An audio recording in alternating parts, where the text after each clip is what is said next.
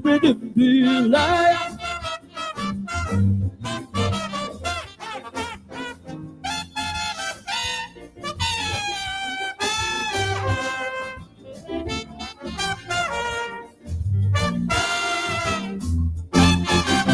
You want to help to mind your family. You want to help your man financially.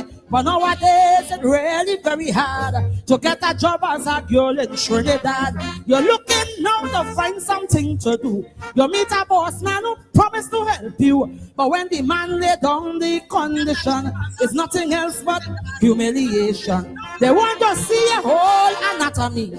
They want to see where your doctor never see. They want to do what your husband never do. Still you will know if that scamp will hire you. Well, it is all this humiliation to get a job these days as a woman. Brother, they could keep their money, my honey, and die with my dignity. Not at all. Be bombarded. Oh, yeah, yeah. Ba-da-ba-dum, be-bum-de-dum-de-day, ba-ba-da-bye.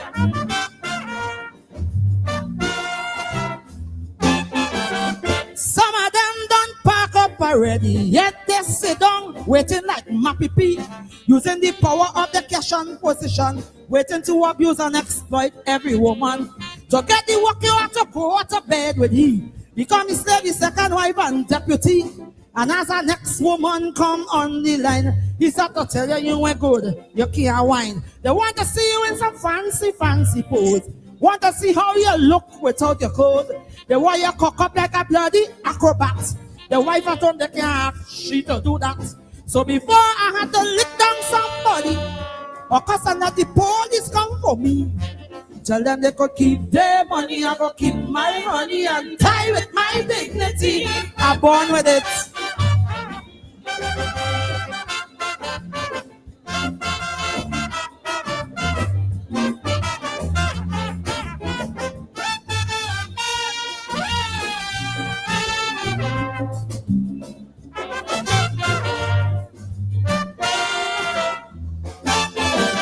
Looking for work, you might bounce up a fellow who might be looking quite handsome and macho. You tell yourself you want to work with him, so you decide you go try a ratchet fee.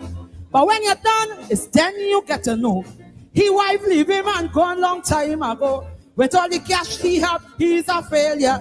The man ain't nothing but a blinking sukuya. He want to feel up your navel and your breast. He want to see if you are loader on your chest. The things he want to do you with his hand, like if he's searching to find the promised land. I am a woman, I don't make any style. Before I slap you and you die of heart attack.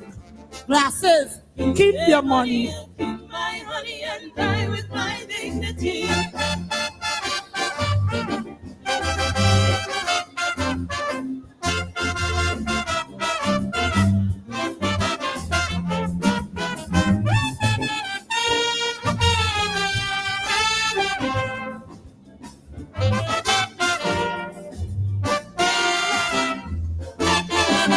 It have a lot of women just like me who might be not well off financially. You need a job and you really need it bad. A man decide to help you must feel glad. But if you value yourself as a woman, you will demand respect from the vagabond. Stand up to them, let them know the truth. It's what you want to end up blinking prostitute. You have a mole on your back, they want to see. They want to see if you have marks on your belly. They want to know how much man you had before, and if you're strong enough to take any more. I have my pride and I have my ambition. I want to hold my head up high as a woman. So tell them they could keep their money, I will keep my money and die with my dignity.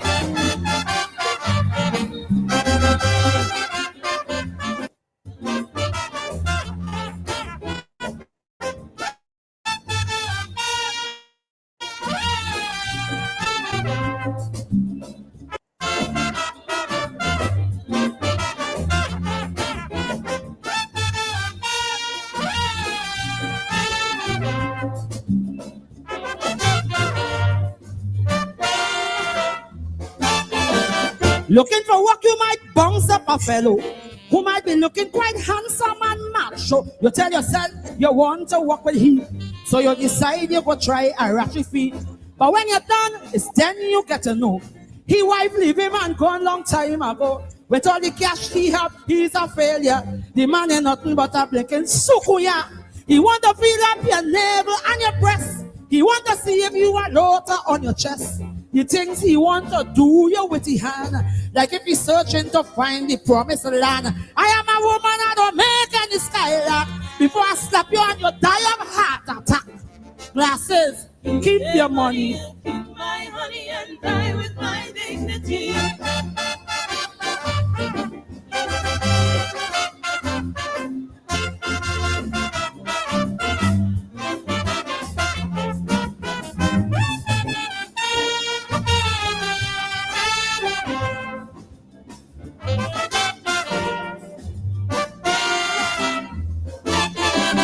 It have a lot of women just like me who might be not well off financially. You need a job and you really need it bad. A manly side to help you must feel glad. But if you value yourself as a woman, you will demand respect from the vagabond. Stand up to them, let them know the truth. It's what you want to end up blinking prostitute. You have a mole on your back, they want to see. They want to see if you have marks on your belly. They want to know how much man you had before. And if you're strong enough to take any more. I have my pride and I have my ambition. I want to hold my head up high as a woman. So tell them they could keep their money, I will keep my honey and die with my dignity.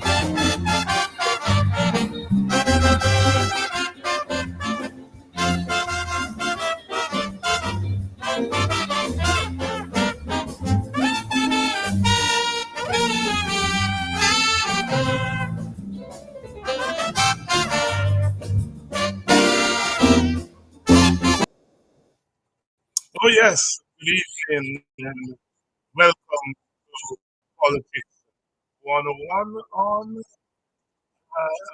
Monday night. Monday for some of you, late Monday night for others, and Monday afternoon for some of you. To all my good friends in places like Arizona, good afternoon, still afternoon here. Welcome to Politics 101. Singing Sandra, Die With My Dignity. Of course, over the weekend on March 8th, we observe International Women's Day. So, yes, Ivor. Sukuya is the Trinidad word for Olai.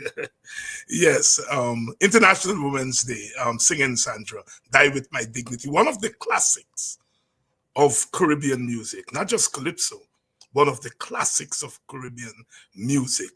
A real statement about feminism, especially Caribbean feminism. Because you know the feminist story, you know, when white people talk about feminism, it's a different thing from when Black women or Indian women, Caribbean women talk about feminism, you know, Amerindian women. Not all women are the same. You know, my friend and comrade and I used to say, the mistress who used to ring the bell, you know, ring the bell when she want the maid to bring the first course. Then when the maid carried it, played them, and so she ring the bell for the maid to bring in the second course. She just said, there are two different kind of feminism. There may be what you call racial feminism, but there's also class feminism. And Singing Sandra, they were talking more about class, but also about racial feminism, the way in which women are exploited in our society for jobs and other things. We have had our fair share in Guyana of this government and its abuse of women, whether it's, calling them names, Amerindian women, calling them names in parliament, hookers, whether it's abusing women physically, as was the case of Tabitha Sarabo, Hali, whether it's telling women about dildo, Indian women. So African women, Amerindian women, East Indian women, they've all been abused in Parliament.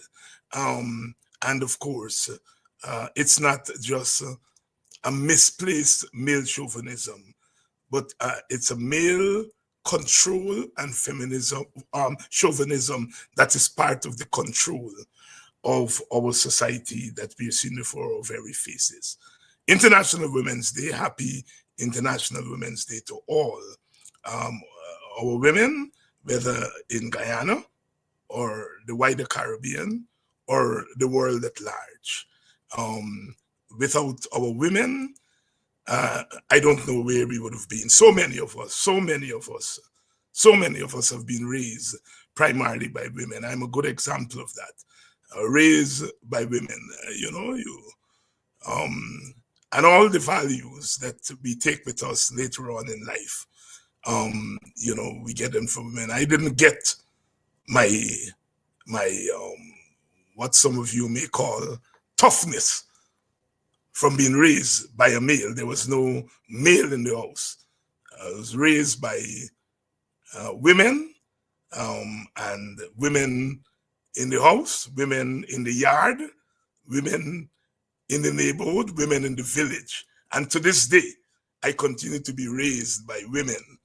And so we have to always give praises to our women. Again, happy International Women's Day.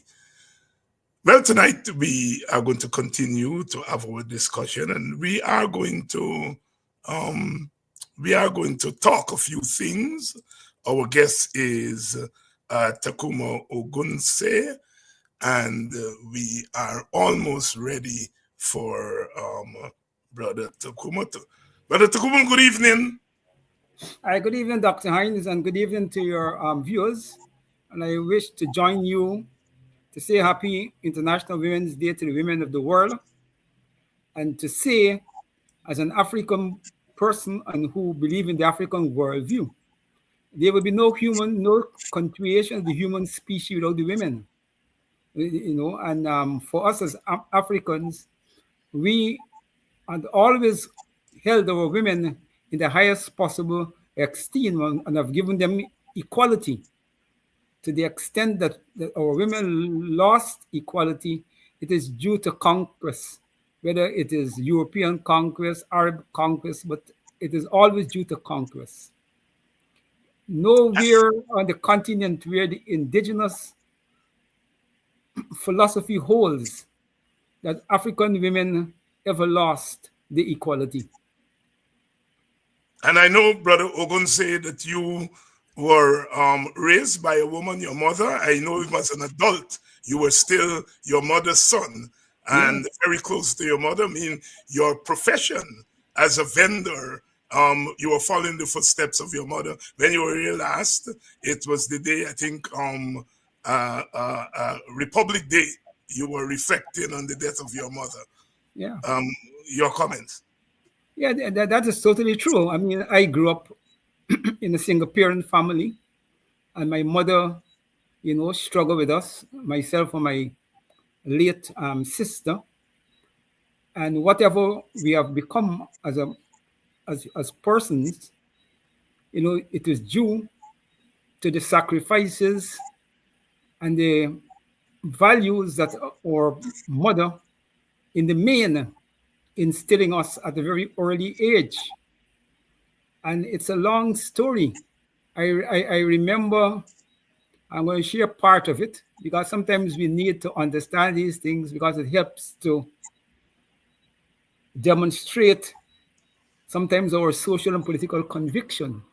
My mother always told us that when herself and my father separated, things got so bad with her that one evening she took myself and my sister to the seawall, and she was contemplating committing suicide to jump overboard.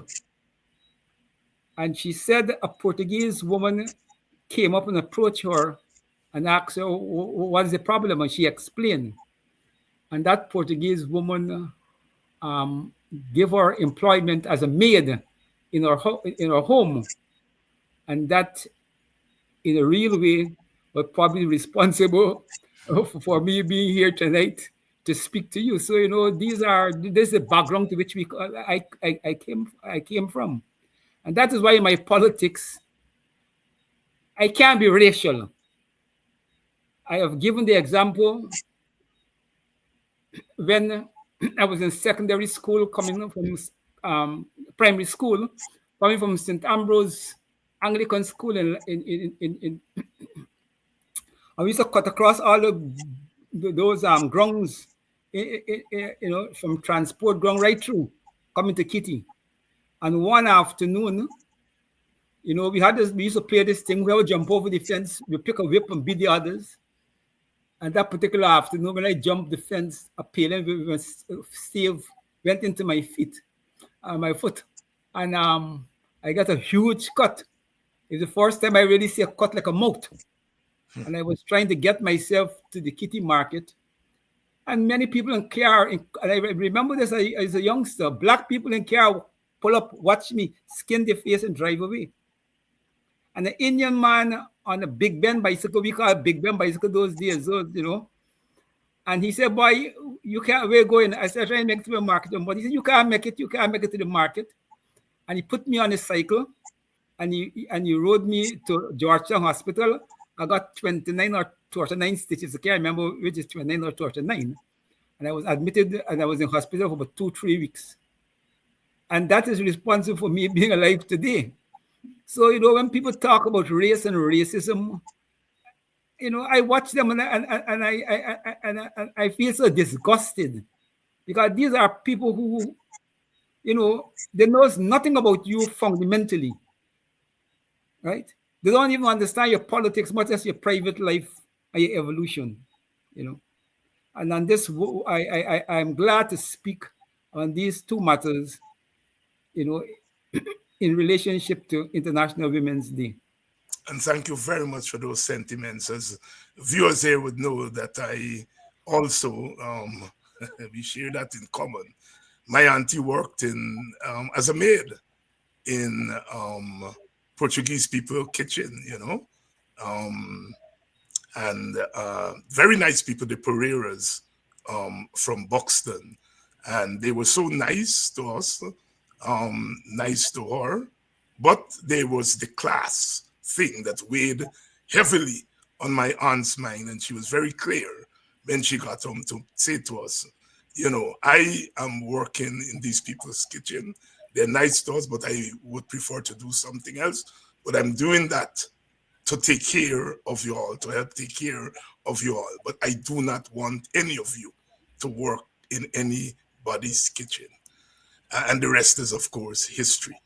Talking about race, let's listen to this clip and then get your thoughts on the other side. What they should have done, and they now want to persuade the youngsters in Guyana to do that. And unfortunately, it's fertile ground. It's easy to convince the unlettered and the uneducated that the reason their life is bad is because of race. Has nothing to do that they wouldn't go to school. Has nothing to do with they wouldn't get up and go to work. It is because of their race. Somebody has got to stop people like them from trying to influence children. That was Sanjeev Dattadin, Brother Ogun, on the Freddie Kissoon show last Wednesday at Everest Sports Club. And Freddie took the show there, and he said at the beginning of the show that we are here at Everest Sports Club, the former Indian Sports Club. And there he was with them three Indian men, an Amerindian gentleman, the leader of Anog, and they were there to denounce Clive Thomas and myself. And in the process of denunciation came those words from Sanjeev Dattadin, who is a member of parliament of the PPP. Your comments. The ancestors have a way of working, the influences in ways where some people don't understand. And I think that it's a good thing that they're revealing themselves in ways which cannot be defended. And it is hard for anyone listening to that tape, listening to the way Kisun introduced the program. You must ask yourself, how is it these three big men, all of them supposed to be fairly intelligent men, why they allow themselves to be used in that way if they have any iota of firstly self-respect, and if they have any iota of concern for racial harmony in the country. Each of them must have known, because once Kisun asked them to go to Everest to stage the show, which is not the regular place where the show is being staged. The common sense would say that you will ask, why Everest? So I'm convinced it was a well thought out project. It wasn't by accident. And all four of the participants knew what they went there to do. And all four of them are guilty of the crime that they commit against African young people and young people in general. Now, in my long history of Guyanese politics, I cannot remember any political activist across race and across party ever went to the lengths that Kisun is allowed to go in promoting his filth, which he is pretending to be some concern for national unity and racial tolerance, when it is the very opposite he is doing. And I think that it demonstrates a profound shift in Guyana as it relates to the racial competition in the political space. We are not anymore dealing with the old racial political antagonisms of the 60s and the 70s and even the 80s. We are dealing now with a qualitatively different kind of racism and a different type of racial politics, which is more negative, potentially more dangerous, and it will have consequences. If it continues, it will have serious consequences. And I am predicting that Freddie will not last as long as the years he did in Kaishore News. He's not going to last those years in Chronicle. And I'm certain sooner or later, even the PPP will be forced to act against him because of his excesses. And it will become a point that they can't tolerate Kisun's behavior and to maintain in the eyes of the world any resemblance of having any real interest in any one Guyana and anything about real national unity. His excesses is unprecedented. And I think it represents the degree to which we have slid on the question of political culture and political morality and race relations in Guyana. We are the lowest possible level. We are the lowest possible level. And as you remember, Brother Tacuma, shortly after the 2020 election, a couple of days, the Friday after the election, there were protests in Trinidad and Guyanese communities, Cotton Tree, Lusignan and Bad Settlement. And we had the terrible sight of protesters chasing policemen and women, injuring one policewoman, and stoning a vehicle, a bus that was taking school children, mainly African Guyanese children. And for the last 5 years, nobody talked about that. People talk about all the protests that PNC did and Black people did back in the 90s and the 60s, and it's as if that didn't happen. And then all of a sudden, Mr. Jack Dio, at his last press conference, uttered these words. Years ahead, we had massive protests at Lusignan, in Cotton Tree, and at Bushlaw. And a number of people, particularly young people, came out because they had been following the events of the previous 4 days, and they saw what was taking place. That right before our eyes, APNU was trying to steal the elections through fraudulent declarations, and they were going to have none of it. And the attempt to steal the election was so clumsy. You'd recall Mingo's actions, Lowenfield's action, and then even the declaration, the fraudulent declaration, which was signed by Mingo, but only required the signature of the RO, had on that document, the declaration form, the signature of Valder Lawrence too. Now, where there is no requirement for a political party to sign this declaration, this is an official document of GCOM, where there is no room for signature from any party. Only the RO signature should have been there, but Valder Lawrence countersigned the official declaration.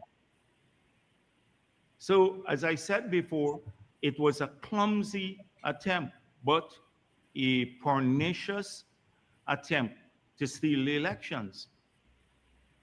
And it foretold a lot of danger for this country had they succeeded. So people had seen this.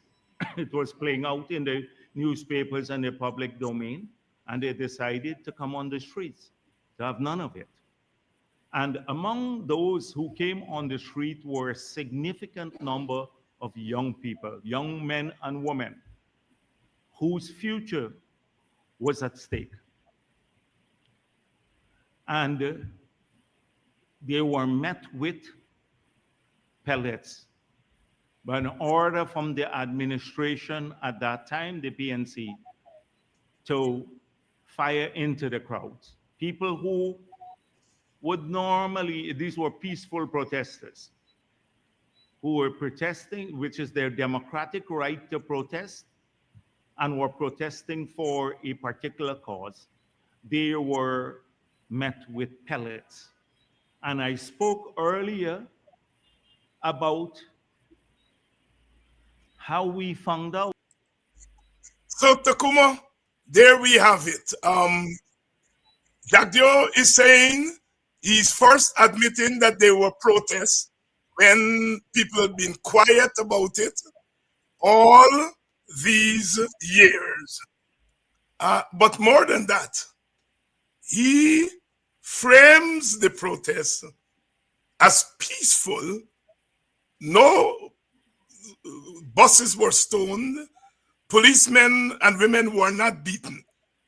These people were shot at with pellets by the order of the government. Please address that, if you will, what I may call rewriting of history. It is a consistent narrative developed by the PPP and sections of the Indian rights activists to deem every protest by African people as an expression of violence and deliberate and willful attack on Indians. And they have pushed things to a point that they don't even speak about Indian protests, like Indians never protest, and that all the protests in the history of the country have been African protests. And to the extent that they concede Indian protests, they always try to create the impression that these protesters have been peaceful, expressions, okay? But the truth is the truth. It is no secret. And this is where we have to face the potential political danger in this country. There's one thing when I, Ogunseye, or you, David Hinds, speak on political issues. And even if we misrepresent issues deliberately, it can't carry the same weight and has the same consequences as when somebody like the vice president or the president or the attorney general, people in power, speak and narrate on these matters. It is 100 times more important than when an ordinary citizen without power narrate on these matters. And when Jagdio could watch the world, because you're not watching now because of technology, that protest anybody could find it on the web. And when he could watch the country, the reason in the world, and try to rewrite history in that way, it speaks volumes.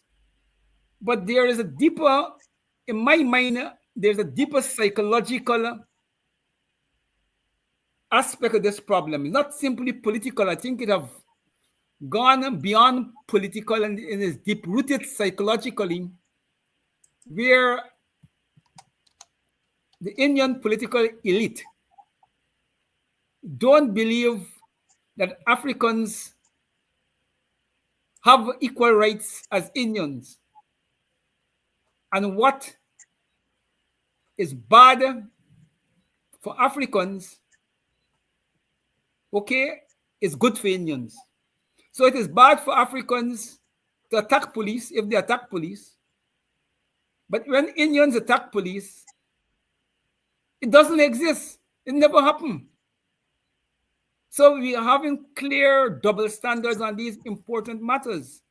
And they believe that what you say or what I say is what is shaping the African masses' attitude to them and the political engagement in the country. If I die tomorrow, or you die tomorrow, the problem with them and African community remain the same. Because to a great extent, the African view of their condition is determined by their understanding of the PPP use of power and governance and how the PPP see them. So even if David Hinds and Ogunseye disappear from the equation, they banish me, or fate will have it, the ancestors call us, say you all work hard enough, time to go and rest. The conditions and the struggle of the African people against the PPP will continue because it is a reflection of objective reality. And no amount of rewriting history by Jagdeo and company to say that Indian protests didn't have any elements of violence can't change objective reality. It is already there. The evidence is there. But what is more important is that the time that they're repeating it, and they're repeating it at a point in time when, on the one hand, they're accusing us in this election period of whipping up racial sentiments and building up politics of race, and they don't understand. Jagdeo them plain, they don't understand, because I think they very really understand that they is doing 10 times worse than us, because they're setting the stage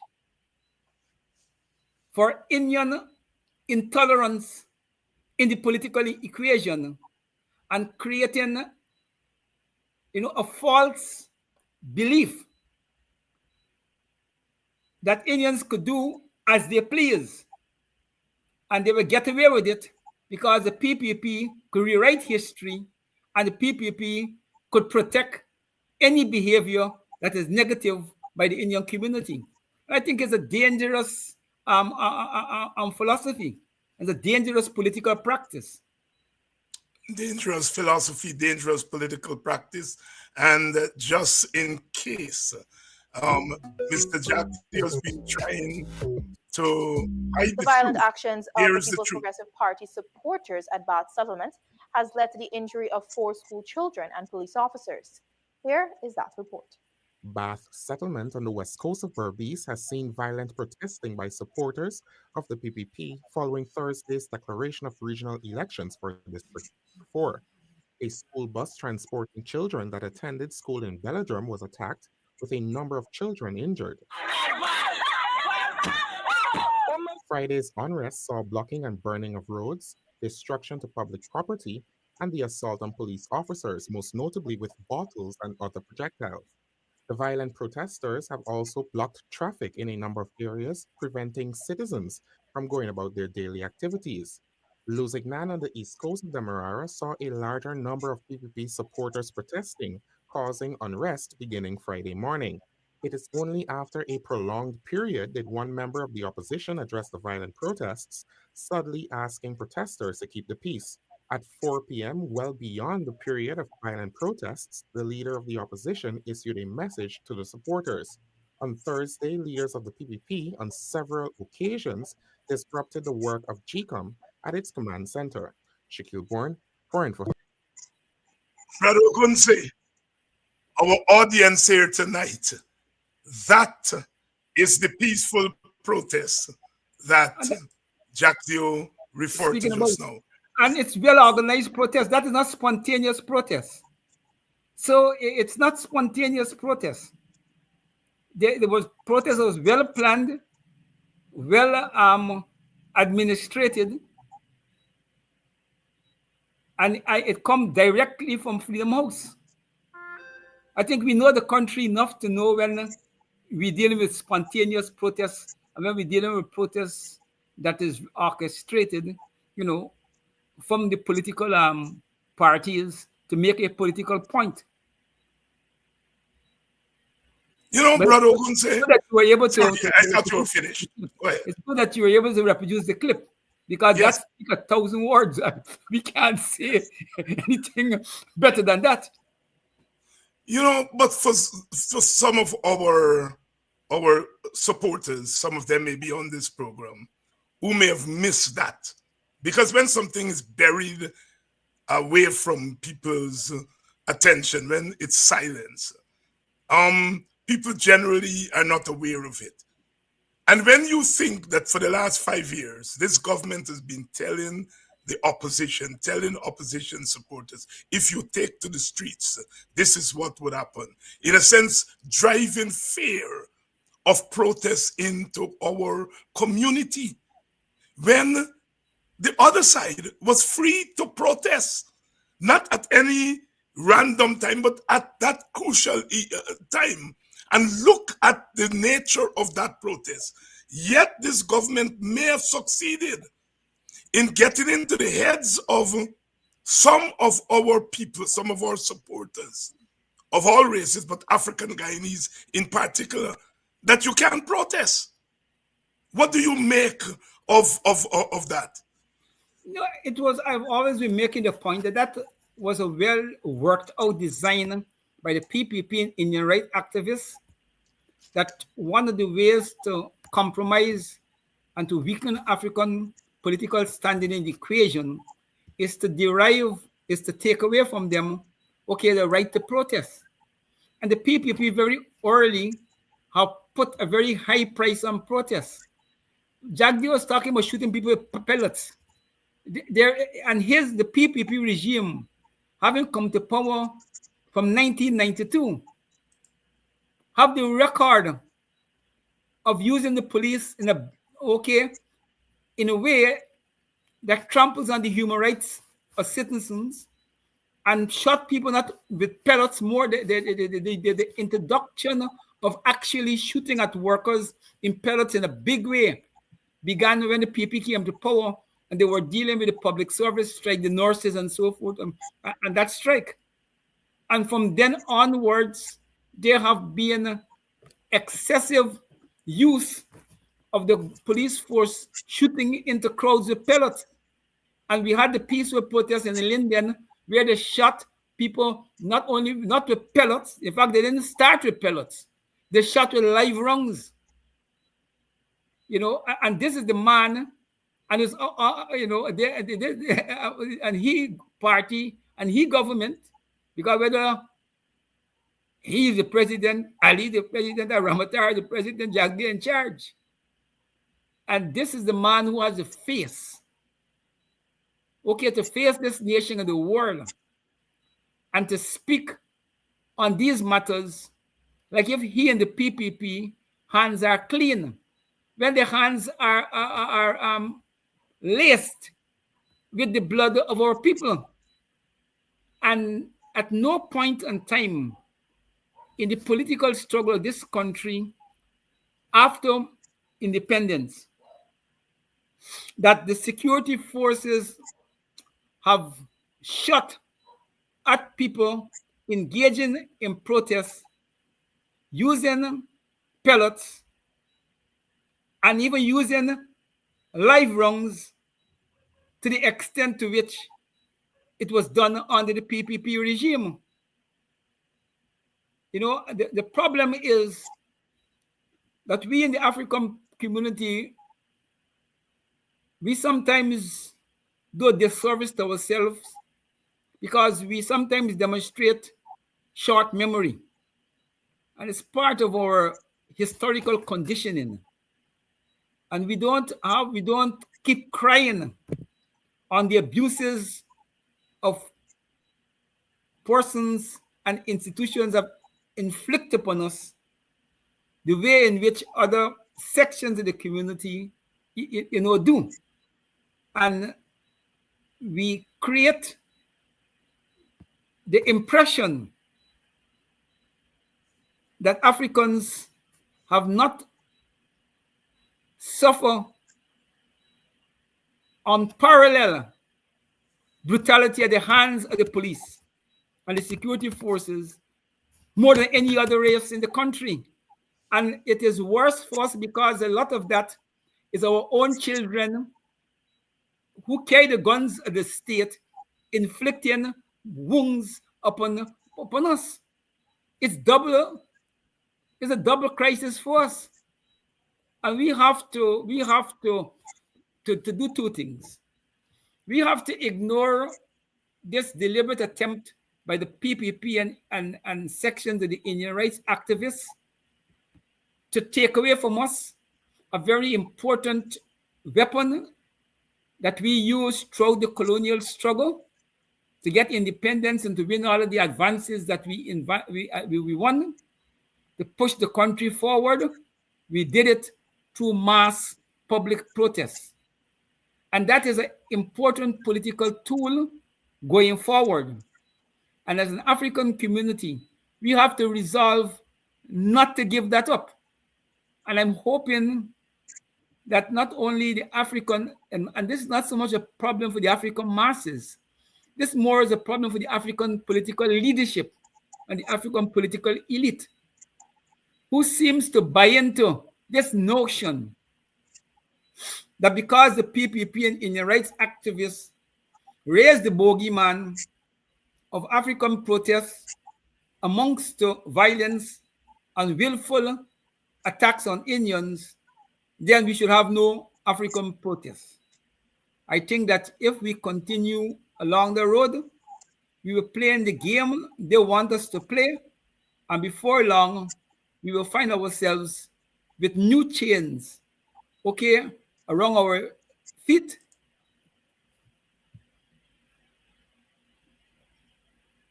Yes, continue, Brother Ogunseye. I finished at that point there. New chains around our feet. Yeah. Let me just, and you raised an important point there. The important point of our short memories, And just a couple of weeks ago, after I made my statements here regarding the buying of votes by the PPP using Africans to buy votes, there was a hue and cry, big. Some of our people got into it, and even some of our people who said we stand with Dr. Hinds, some said quietly Dr. Hinds should not have used that language. And the PPP pitched it as language. They pitched it as we do not want people to join another party and all of that stuff. And that was a mere 2 weeks ago. And Jack Dio came out and said he would ban you and me, banish us from politics. That my comments were vile. And he was so torn up by it that he would banish us from Guyana and Guyanese politics. I want you to take a look at this, and then we'll talk about it on the next side. Okay. All right. Here we go.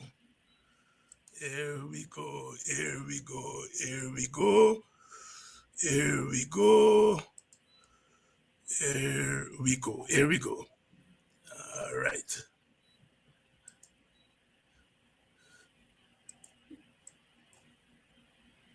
I think he is met Azruddin Mohammed on a few occasions. And I think he is a wannabe gangster who can string two coherent thoughts together. And if he had to confront APNU, he would shit a bucket load.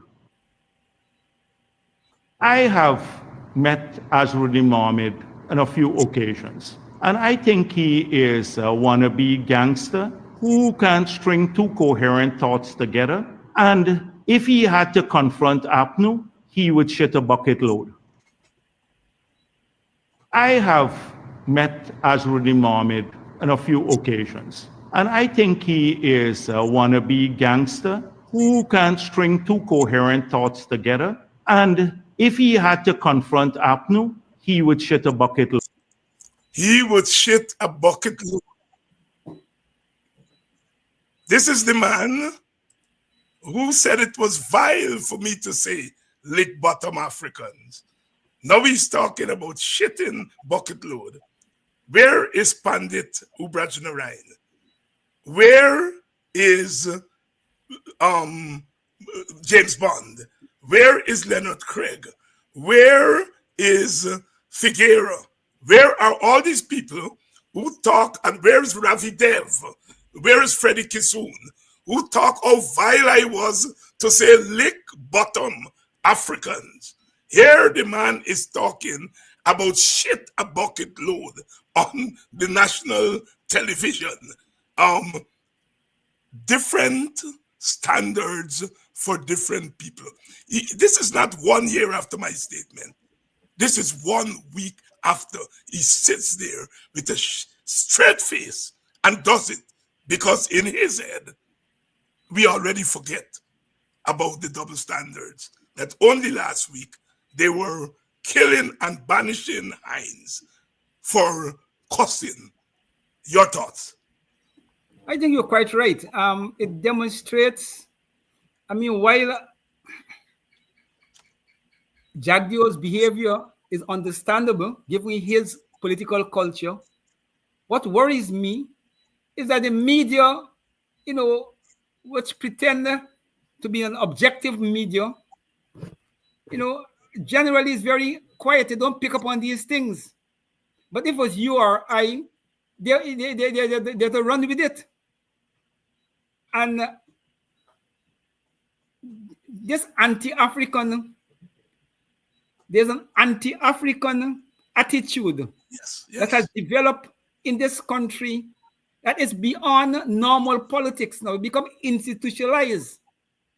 And it's dangerous because it has become socialized to an extent that even Africans, sometimes some Africans believe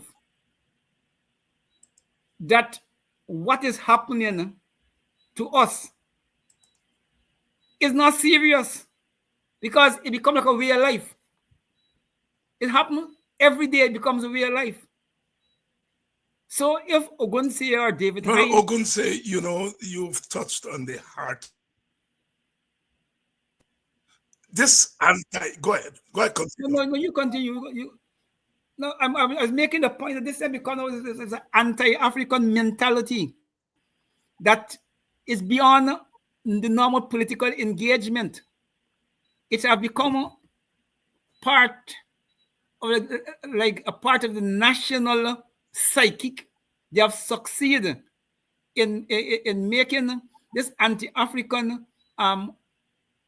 mentality part of national psychic, and it's even affecting Africans because some Africans are buying into it to some extent, and it's because the media is predominantly dominated by people who are not Africans, and there is no effective mass media opposition, no significant African mass media to argue an opposite or an African narrative or to even to expose what is going on. And to the extent that it is being exposed, it is only recently because of the social media post-COVID that allow us to be more combative in fighting and exposing this institutionalization of anti-African ideology in the country. And if you were to take away the social media, if we didn't have social media the way it evolved, it would have been a million times worse because the conventional media is dominated by Indian interests. And even to the extent that they may want to be professional, their at base is so dependent upon government and the Indian private sector that objectively they find it difficulty to push back against these things. So whether it is by design or it is by opportunism or it is the logic of the circumstances, the fact is in Guyana today, anti-African narrative is well established. It is becoming part of the national psyche, and it has gone far above the historical political contestation that we grew up in the 60s and the 70s and the 80s. We're getting closer and closer to Israel and apartheid South Africa. Where the state and those who control the state are able to systematically over time instill in the consciousness of the national spirit that a section of the country is less humans, than other sections. And that ideology is what allowed Israelis to kill Palestinians without any sense of human feelings. And it is the same mentality that is being practiced in Guyana, and it's the same mentality because it starts with ideology. It starts with those with power, whether it's economic and political power, systematically over a period of time instilling into the national consciousness, that sections of the community is less than human beings. And it created justification for barbaric behavior. And there is where we're going. And Africans have to push back against this thing very fast. This is why I keep saying we don't have a lot of time. I don't blame the Indian masses because the Indian masses are captive and they doesn't understand exactly what is being done in their name. But I think that the Indian ideological thinkers know what they're doing and they're consistently refashioning Guyana. You had an excellent program a few nights ago on how they're refashioning Guyana, that even if they lose power tomorrow, a certain logic will be well established. And to get back to the original thing about the anti-African mentality and the African doctrine that they're pushing in the country, I think it is clear, it is beyond doubt. It is beyond doubt, Brother Tacuma Ogunseye here tonight, and we are talking through a number of issues. Very pertinent point here by Brother Ogunseye, the anti-African sentiment. David Hines just 2 weeks ago said something. Language, terrible, vile. Yes, he's not fit to be in politics. Indian leader said the same thing a week after. Silence. Nobody can hear it. Nobody can see it. Nobody can comment on it. God bless Brother Sherrod Duncan, who was able to cut it out and put it out there. But where are the others, including some of our own supporters who were quietly saying that, the language wasn't right? Well, there is Jack Dio using the same language and worse, and feels that he is entitled to it. Brother Ogunseye, one of the things that they said wrongly, that I am against people moving from one party and going to another party, and that my fire was against the right of association. Jack Dio again came down on that Hines and his ilk are against people joining the PPP. Take a listen to him 1 week later. Harassing us and all of that because of the BAS anti-smuggling squad. And Chedi Jagan said, I'm grateful for your support.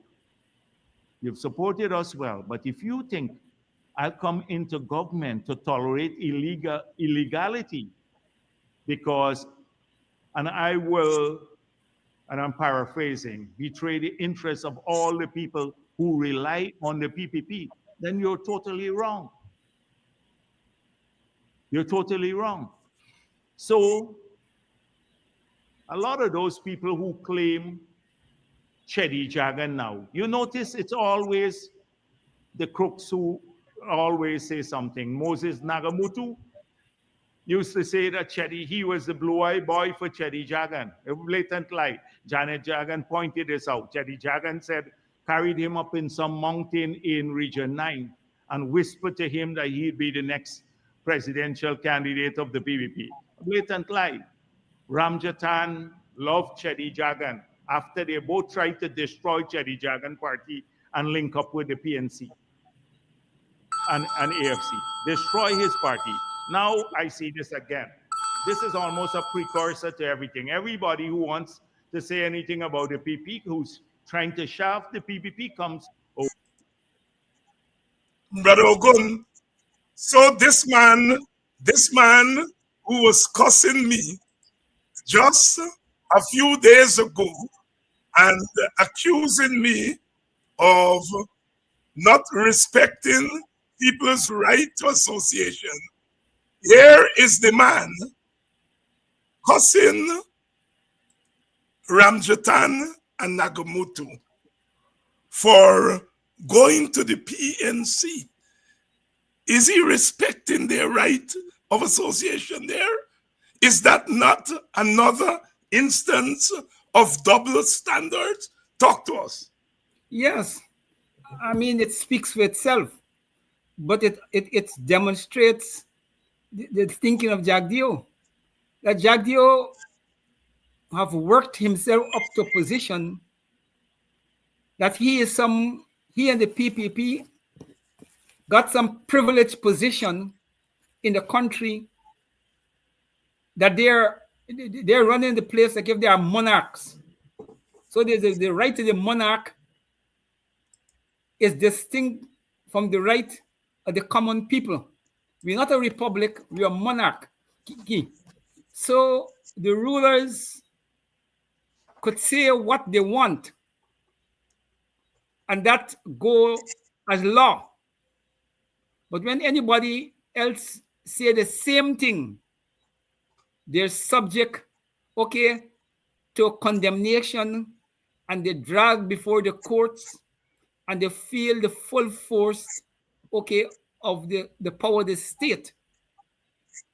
Now the WPF always, and he knows it, the WPF fought for the right to association in this country.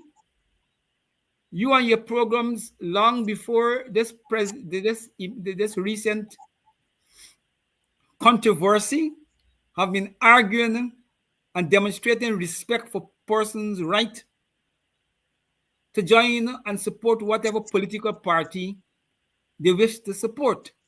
That was never a matter of contestation. And Jagdeo and them knows that.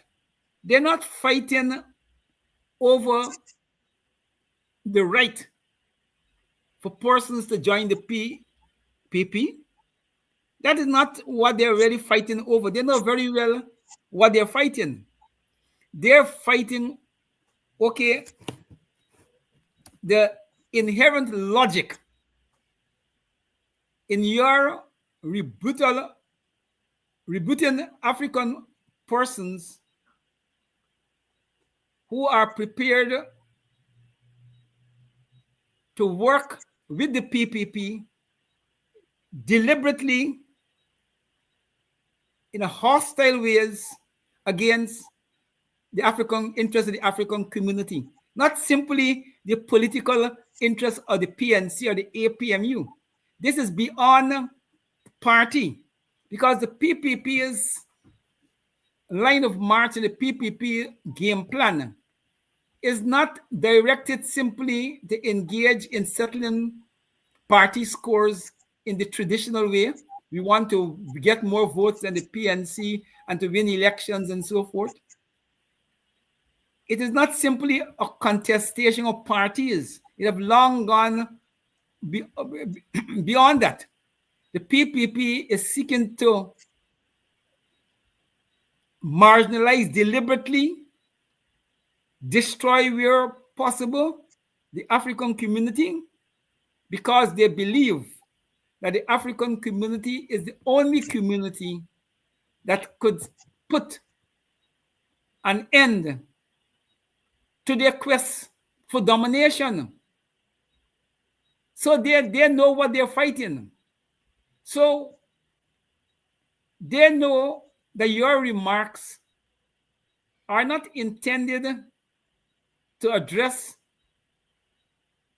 the rights of persons to shift loyalty, but it is directed at the behavior of these persons and these persons' willingness for self-interest to consciously work with the PPP to destroy not the APM or the PNC, but to destroy the African community and the generations of Africans to come. This is what is at stake. And this is what, okay, we have the right as African activists and African leaders to addressing our community. And as you quietly, you said it in a very forked way. You could go and join them. Gan, go on, join. Right? We in care, we do, you go and join them, providing you don't become slave catchers. You see, the slave catching part of the thing, as the slave catching part of the thing that they're interested in developing in the African community, where our people will sell our votes for a few cents, and in selling our votes, we actually buying, okay, our domination, permanent domination. And that is what is at stake here. And there is no greater expert on vote buying than Jack Dio himself. Take a listen.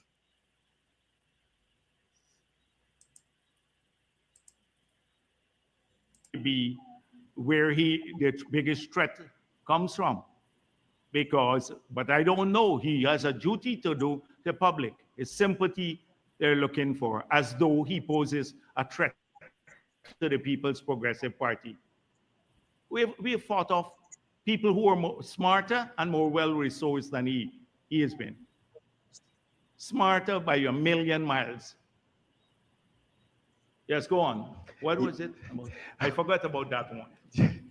Yeah, Dr. Jaja was asking if your parties are concerned about reports of what appears to be support buying by Azzuddin Mohammed during a visit to various communities.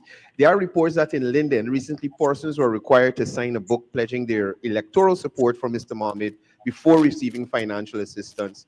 Is your party concerned about this type of practice and it undermining the democratic process? Even if they got to pledge support and all of that, it might be illegal, but with all of that, it doesn't bother me. I know, because you could easily in this country pay a few people, and there are lots of overhangs from the AFC and PNC in these communities that would take some money and bring a few people there. Not all the people who go there would ever support him. And the numbers are small, smarter and more well-resourced than he has been. Smarter by a million miles. Yes, go on. What was it? I forgot about that one. Yeah, Dr. Jaja was asking if your parties are concerned about reports of what appears to be support buying by Azzuddin Mohammed during a visit to various communities. There are reports that in Linden, recently persons were required to sign a book pledging their electoral support for Mr. Mohammed before receiving financial assistance. Is your party concerned about this type of practice and it undermining the democratic process? Even if they got to pledge support and all of that, it might be illegal, but with all of that, it doesn't bother me. I know, because you could easily in this country pay a few people, and there are lots of overhangs from the AFC and PNC in these communities that would take some money and bring a few people there. Not all the people who go. Oh, yeah. Oh.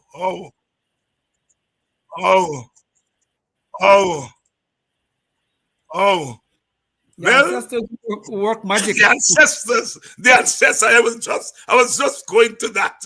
So vote buying is illegal, Ogun. Jack Dio knows that. That's one. Two, he knows that the method of buying votes in the African Guyanese community. And thirdly, note what he's saying and compare it with what Dr.David said. Dr.David said fertile ground. Jack Dio says it's easy these days to go and buy votes. Anyhow, let me hear you. My God, The ancestors really work with us. Go ahead, Brother Okun. You see, I want to make the point that if anybody had any doubts about the contempt to which Jagdeo have for those Africans who, for whatever reason, choose to go over to the PPP in this present disposition, they should get some amount of sense.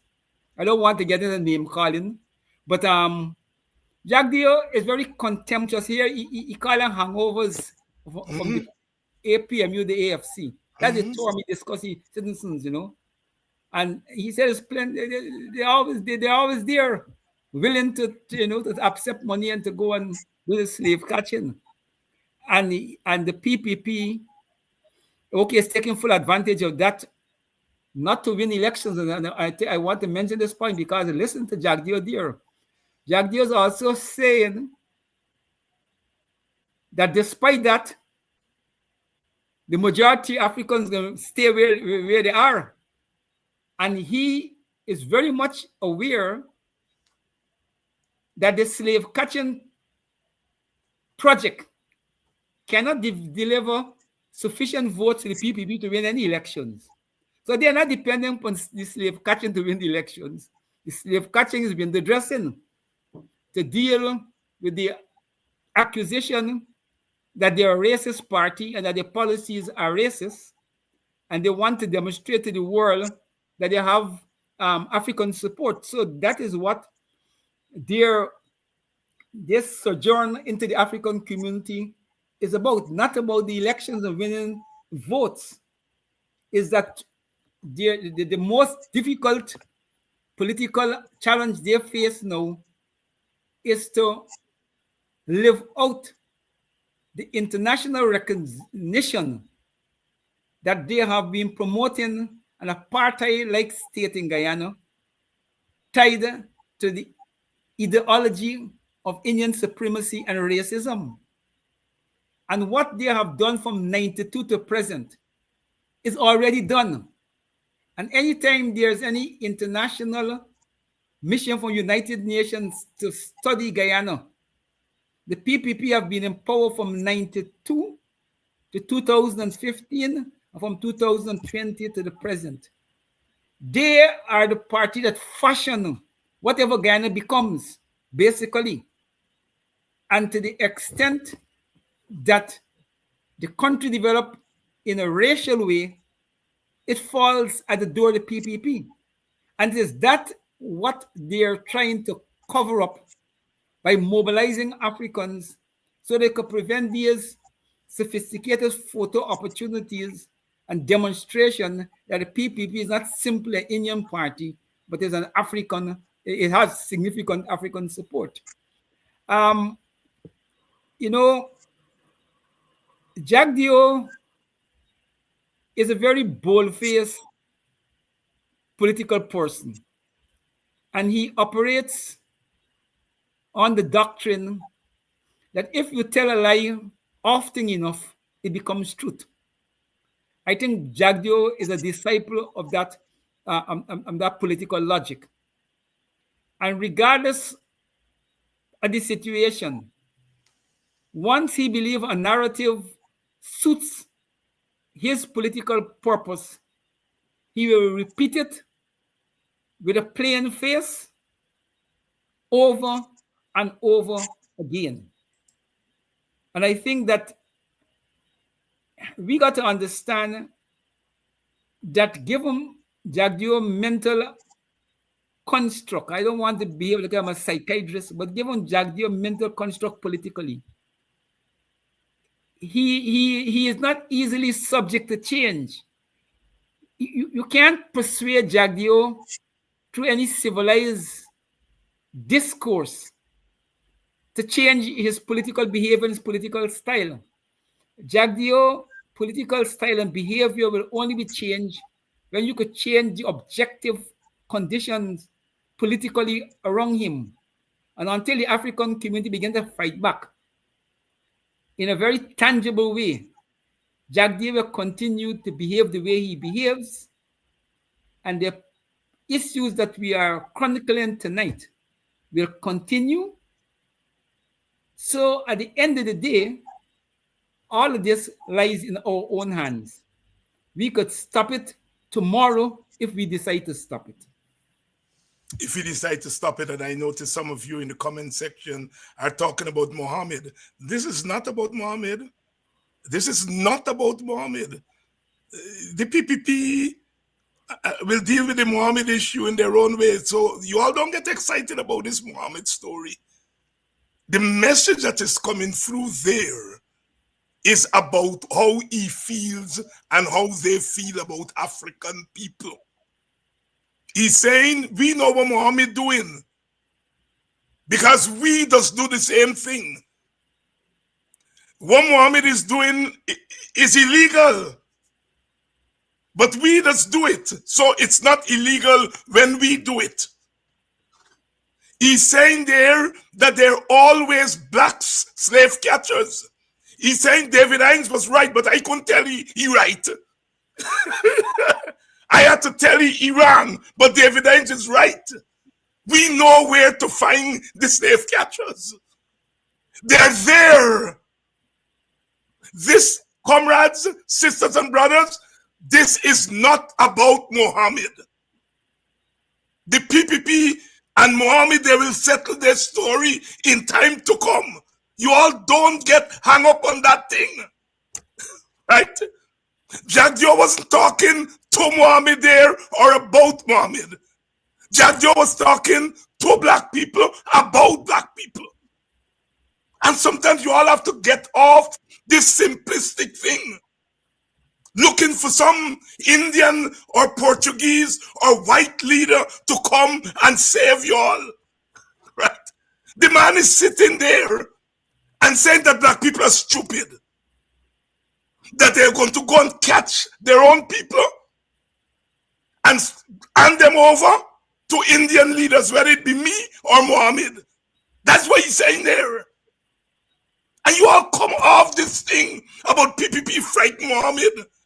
Even if that is true, that's not your business. Your business is about how you all, whether it's Muhammad or Jagdio, are sitting ducks for a certain kind of politics. Please, you all get off that thing. Brother Ogunseye, as we come to a close, did I overspeak there? No, I think you're quite correct. You see, it is the simplicity, the political we're suffering from among our constituents. And I don't want to sound like I'm being critical of the PNC, but the PNC has been the major political party in the African community for umpteen time. And they have developed a kind of simplistic politics among their support base. And I've got to deal with this every single day. And I have said on these programs, African people could tell you, when Jagdio changed his shirts. They're so preoccupied with Jagdio. And they're not preoccupied with what is important. They could stop Jagdio tomorrow. But the political culture is so simplistic that it points to the obvious. And the subtleties and the complexity of the politics, is missed.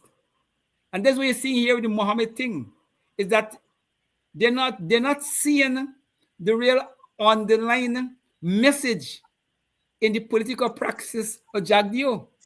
Now, I don't want to spend time on the Muhammad thing. If Jagdio make it very clear, if he had to make a choice between the survival of his government and Muhammad, he know what he can do. He can tell the Americans come and take Muhammad. End the story. End the story. Jagdio is very clear, but that's their problem.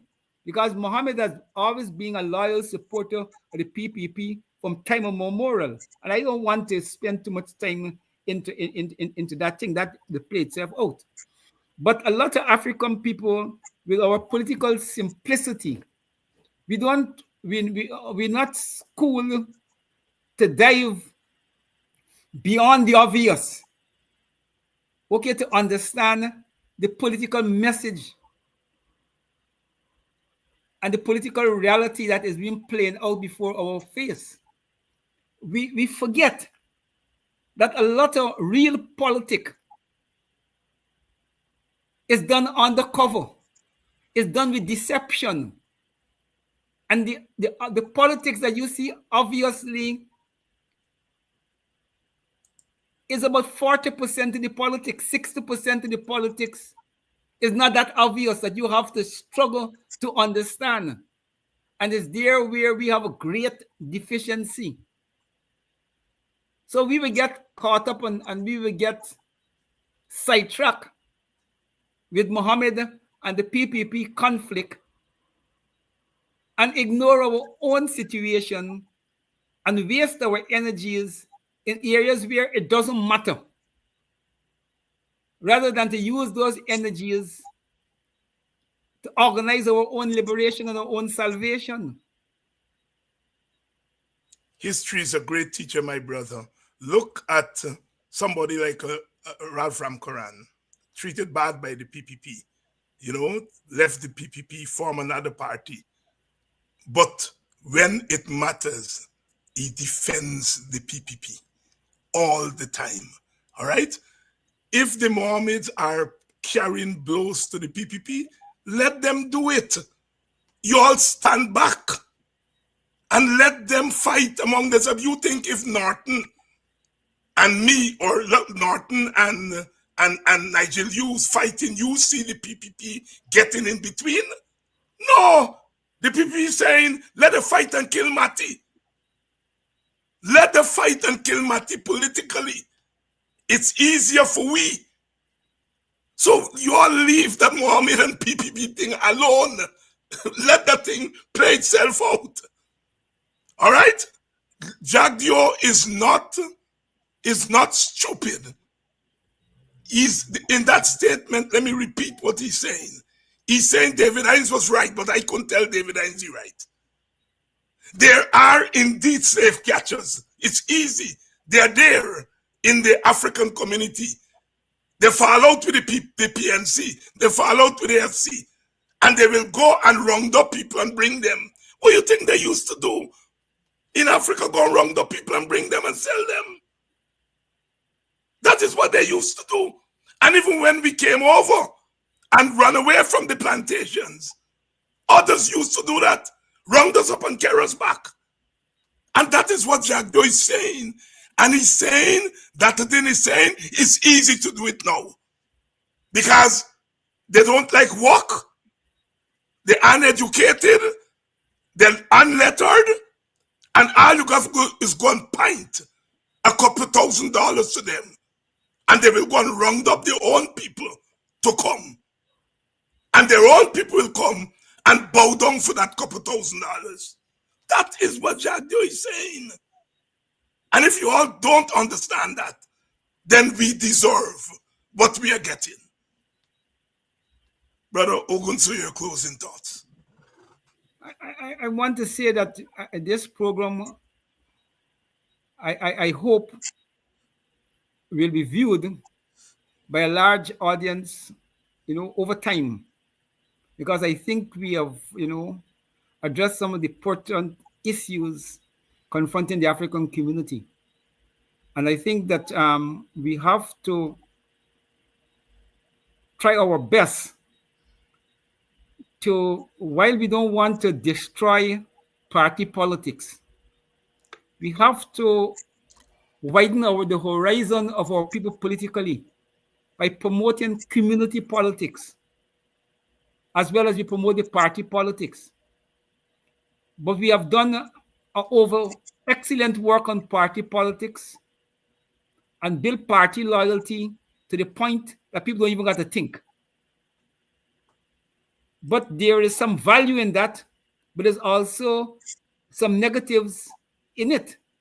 Because when you find yourself in a certain situation like we find ourselves today, where African survival depends upon African political clarity, both short term, medium term, and long term.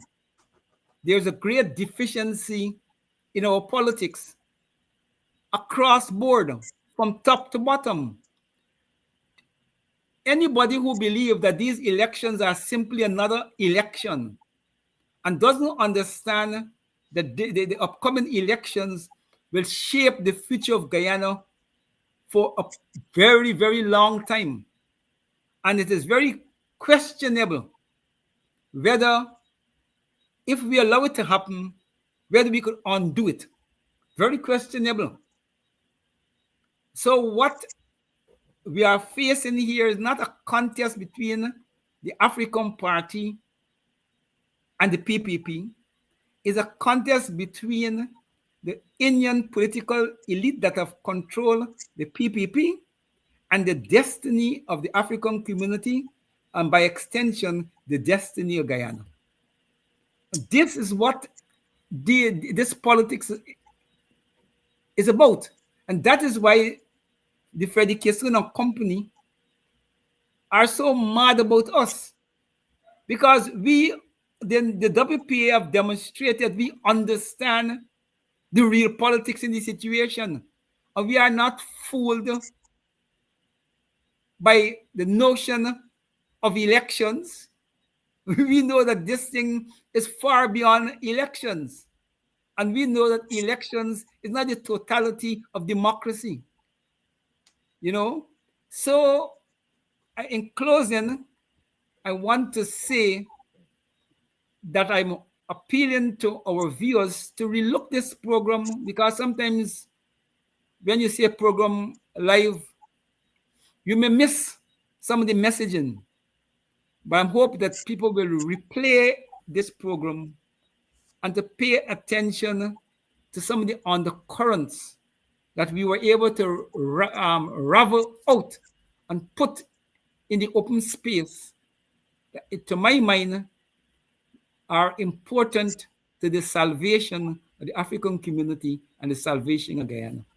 Salvation of Guyana and the African community. But I'm going to say thank you very much. I too would like to urge our supporters to and all those who are watching this program to share it far and wide. Share it far and wide. Thank you very much, Brother Ogun.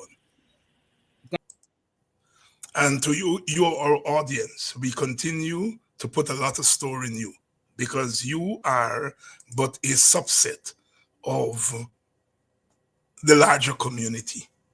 Without you, we can't do this. We cannot do this. And sometimes we have to do programs like this in order to bring the truth out.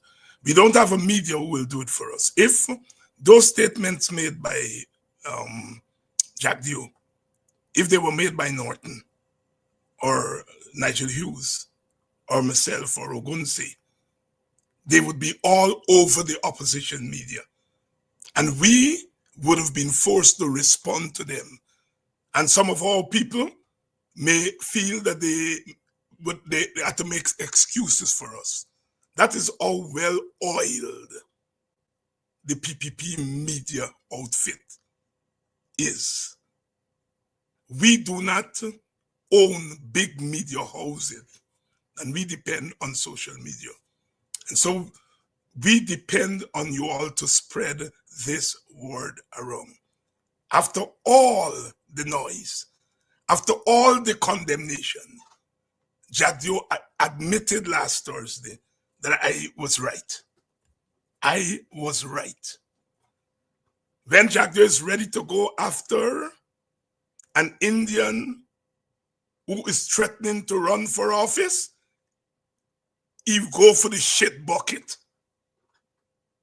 He condemned me for going for the shit bucket when Africans are threatening to derail the African community, but he goes to the shit bucket when an Indian is confronting them. You all have to understand the dynamics that we are dealing with here.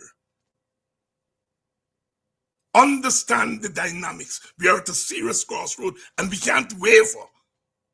We cannot waver.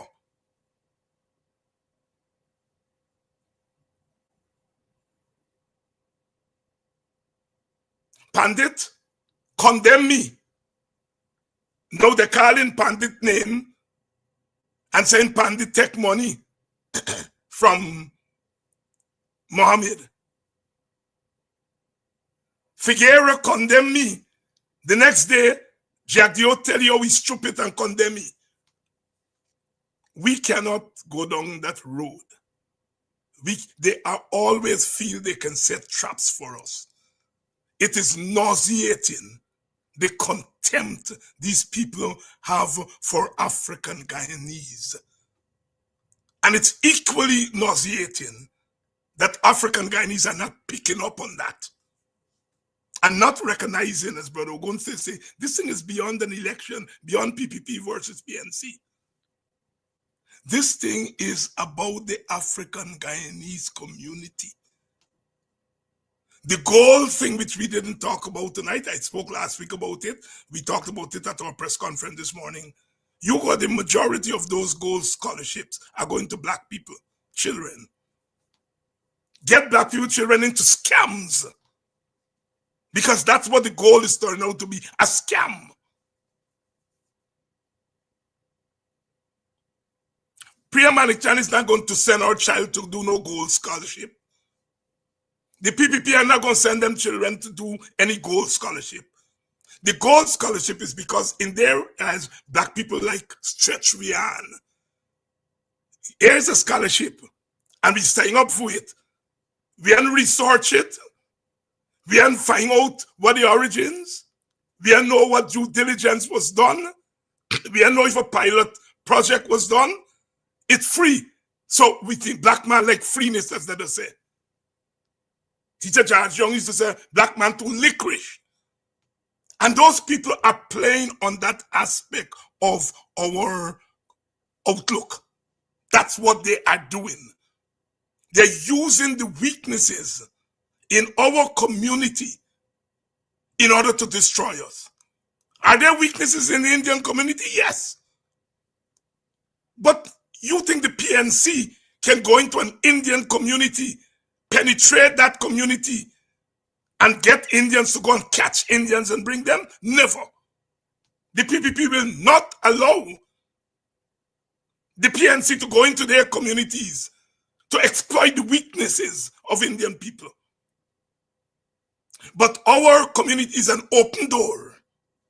And it's an open door because we make it into an open door. That they can come in, as Jack Dio said, and find some AFC and PNC rejects and say, hey, come. Here is some money. Go and catch some of you people and bring them. We're going to give them some money. We won't give them as much as you, but we're going to give them some. This is what we are dealing with. And the anger at me and Ogunseye and those of us in the WPA, some of us, Mark Benchop, Rick Football, the anger at us is that we are not hamstrung by the logic of election. Elections are important. I'm going to fight hard for us to win the elections. But this is beyond the election. The PPP wants to keep it at election, want to keep it about election. An election in which they are going to keep the rules in their favor. But this is more than election. And tonight, you all heard it there in their own words. What they think of you all. Uneducated, unlettered, lazy. You all are born slave catchers. In every community, they got you all there. They can come.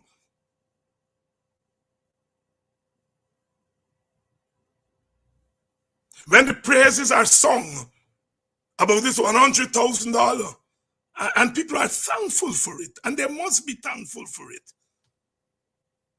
And in the process of expressing their thanks, they sometimes go overboard. And the PPP frame them and put them on Facebook. Look how black people praising we for $100 of their own money. That's so stupid. That's what the PPP is saying. This money is their money. But look how they're praising we, like if it's we give them money.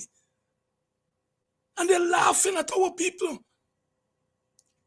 They're laughing at our people. So sisters and brothers, you all wake up. Wake up. I don't want to get into the Mohammed thing. I pay attention to it. I see the big cuss out at Lima Sands there in Essequibo. Let them fight their fight.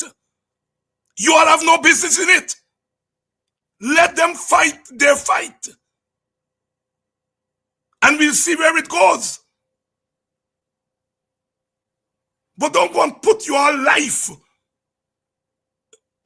in the outcome of that fight. That is the mistake we are making.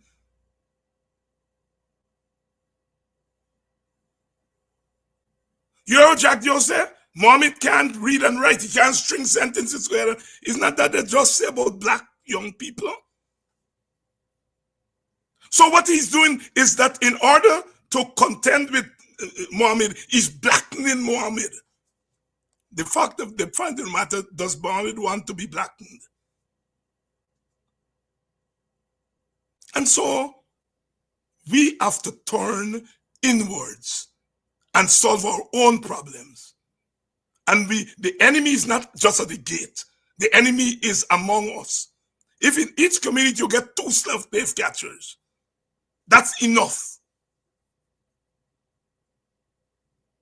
And our young people who are ambitious, who want to get on in life, as they must. When you're young, you ought to be ambitious and you ought to want to get on in life.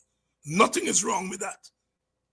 But we have to teach our young people that all skin teeth, na laugh. Not everything that they point in front of you is what it is. Is what it is. I know something about virtual teaching and learning. And that is the thing you just got planned for. At least 5 years pilot program, going through the thing before you implement it. They come into office and next year they come up with this goal thing. Virtual learning is not easy. Only for our people to find out that they're talking to robots rather than lecturers and scholars and professors. That is how they think about us. I go to sleep at night because I would say about 10 to 15, mainly school teachers, had asked my thoughts on the goal, and I told them, don't touch it. Do not touch it. And I didn't quite understand the politics of it. I understood the education imperatives of it. I know you cannot set up an online program like that in a year. You can't. And I told those people as my advice, don't touch it. And I'm glad I did. I can go to sleep. But they honestly feel they got us where we are.